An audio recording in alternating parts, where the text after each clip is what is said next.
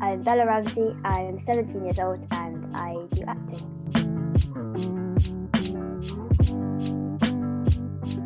Bella, thank you so much for joining us. We're really excited to talk to you today and hear about your insight from your acting career and how that interplays with your faith and what you're passionate about. Before we get into that kind of justice and faith and acting, love to get your thoughts on this question. If you had to choose, would you rather have to pronounce your name every time you enter a room, or always have to cartwheel out of the room when you leave it? I'd rather have to pronounce my name and not just yeah, I'd much rather that. I feel like cartwheeling only is for specific moments, and I'd rather not do that every single time I walk out of a room. See, I actually went with cartwheeling because I thought that at least would over time mean that I'd get good at it, and so like I'm practicing my gymnastics. That is true, to be honest. Most people will know you from your role in Game of Thrones as Lyanna Mormont. Can you tell us a little bit about how you got into acting, and then obviously finding yourself, I guess, in an audition for that role? Can you tell us how that came about? Because that must have been quite a whirlwind. It was, yeah. I've been doing acting, I suppose, for a lot of my life, but it's just been with my amateur theatre groups, and just I was pretty much involved in all the local theatre groups I could be involved in. I just loved it. But I never even considered film and TV acting, and then found out about the television workshop in Nottingham, which I then auditioned for just as another thing to do for fun. And then ended up getting some auditions for stuff, got down to the last few for several things, and then suddenly got this audition for Game of Thrones. I knew that I was the favourite for the role after a couple of weeks, and then a few weeks later after that, they confirmed it, and that was my first thing that I'd ever done. So it was a pretty wild one to start on, definitely. So how much did you know about Game of Thrones? Because you came in season 6, didn't you? So it was pretty popular at that point, but then I guess you were, how old were you then at that point? So maybe not quite in the audience for a demographic for Game of Thrones. No, I was about 11, so not quite old enough. I've got an older sister, and she was quite into it, so she knew about it, but apart from that, we were quite clueless to like the scale of it, I think. And so you auditioned for that as an 11-year-old? Yeah. And that role, Lyanna Mormont, she's feisty, isn't she? The backstory is her parents were killed in battle, and so a young Lyanna has to lead her people. What was that like auditioning for, and then obviously playing that role as an 11-year-old who has to walk onto a set in her first major role and act with this authority amongst everybody else who's been there for 5 seasons already? I mean, it was really, yeah, it was pretty crazy actually. But I love acting in the sense that I like to try and be rather than act. So rather than pretending, I like to just try and be this person that I'm being. So it was quite an experience. But certainly in the audition process, the leader, I suppose, of the television workshop, he really helped me to make it natural, but still with authority. I think that was what I was finding a bit difficult, was keeping it natural but also keeping it fierce and feisty. Went into the audition, did it, and then basically just replicated that on set, and of course the directors help. I wasn't really intimidated by all the big guys in the room. I just went in, I was quite naive. I just went in just thinking it was That's sometimes the best way to do it, isn't it? Go in with no preconceptions for what it's going to be like, and just go for it. I learned so much though, very grateful for it. I think I just kind of learned pretty much everything I needed to know as the basis for the rest of my career, I suppose, on Game of Thrones, which was incredible. Yeah, definitely. Do you have a particularly favourite scene that you did during Game of Thrones, the 3 seasons you were in? My first proper scene, I think, was when Davos and Sansa and Jon came to me in Bear Island, because that was my first proper ever scene in anything. So I think just the experience of that I'll never forget. And what about your last scene as well? Because that's pretty epic as well, as you take down a giant White Walker. It was very fun, but that scene took so long. So many flights backwards and forwards to Belfast, because they thought they'd got it, and then they realised there was another element that they wanted to get. So there was literally, you'd fly out to Belfast and fly back in the same day. Now it's all over, do you still keep in touch with some of the guys? I know, like I say, in that documentary I saw, the whole cast seemed to be really close and really encouraging. What's it like now the epic is over? I mean, I think everyone just kind of goes their separate ways. It's often the way on film sets, but there's one girl who I keep in touch with quite well. She plays Alice Carstup on the show, Megan Parkinson, and we still message and FaceTime and meet up sometimes. So yeah, she's probably the main person that I've kept in touch with, which is really nice. You're not just an actress, though, are you? You do some singing, some poetry, some other bits and pieces. Is acting your favourite thing, or is it hard to choose? I think acting's definitely probably my favourite, but again, so many other things that I love to do, like writing comes very close, football comes very close. I like trying to combine the two, like writing films, for example. That's like a good way of combining. Writing films about football is your dream, is it? There you go. I should definitely do that. Also, I'd like to try and confirm a rumour, a video we saw of you breakdancing. Yeah, we were trying. It wasn't real. Oh no. We saw that earlier when we were just like looking through some of the stuff you're up to at the moment, and we were like, "That's amazing! That's incredible." I don't even know how that came about. It's funny, isn't it? How some people probably have too much time and decide to put that up. But I like how you haven't asked them to take it down, because I think that's quite a good kudos thing to have up there, isn't it? Just that people think you're this amazing breakdancer as well.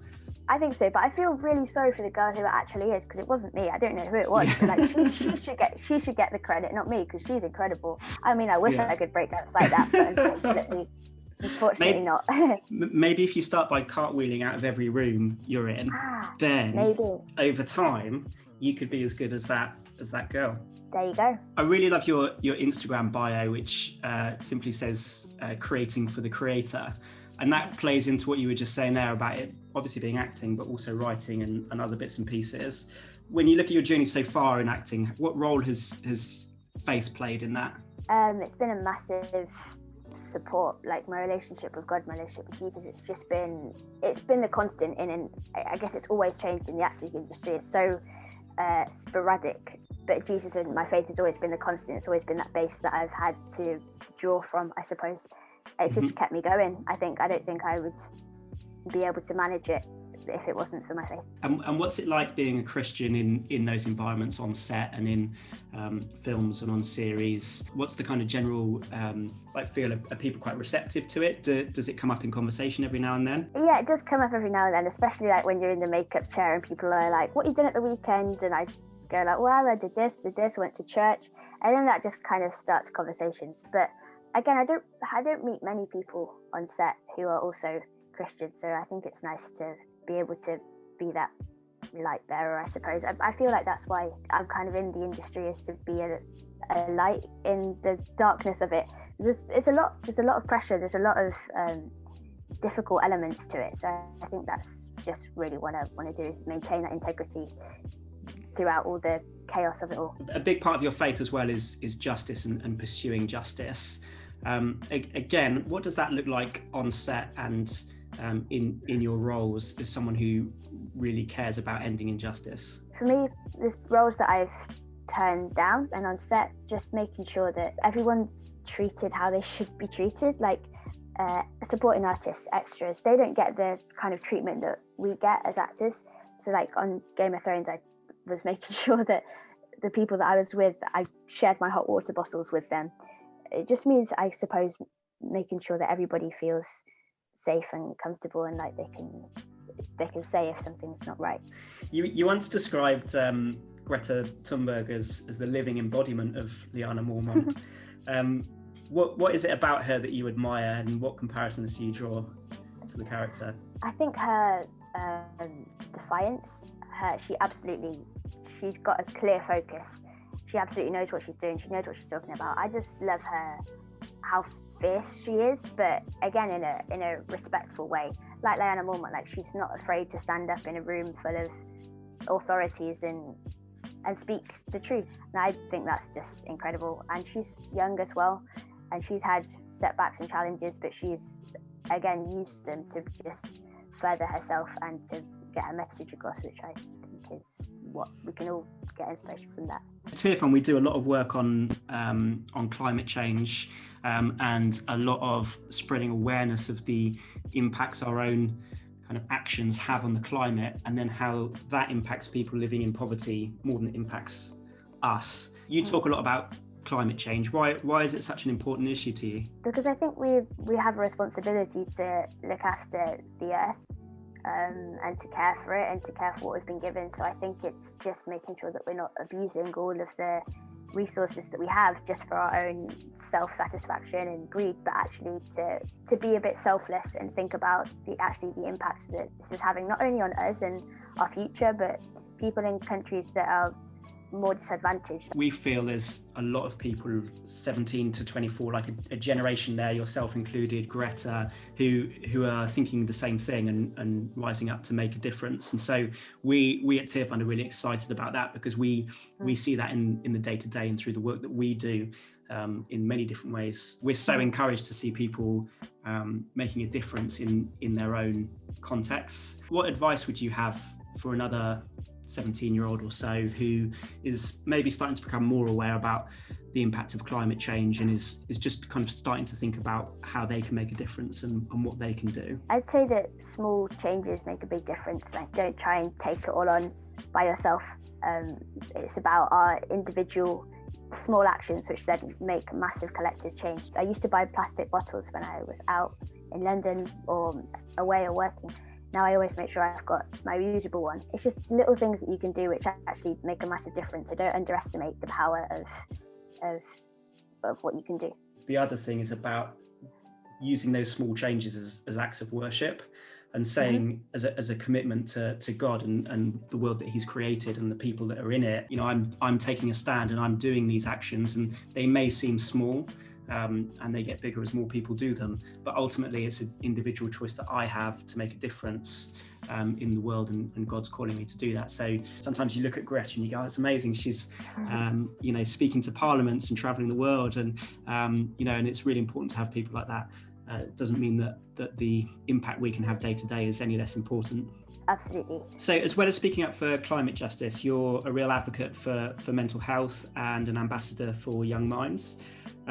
How important is mental health for you and us shining a light on mental health? And what do you see as some of the biggest challenges facing young people's mental health? I think for me it's massively important. It's integral. And from my own experiences of struggling with mental health, I've seen the importance actually that good mental health has, not only just with yourself, but also in how you go about your life and your future. And I think some of the big challenges are certainly the pressures coming from all different angles, the pressures of school, of friends, of social media, and us just being presented with a kind of an airbrushed perfect life, which we've taken as reality because we've not known any different. So I think social media can be it's an amazing platform, and it's really produced some amazing campaigns of some big change. But I guess it's about managing that as well, making sure that we understand that these pictures that we see put out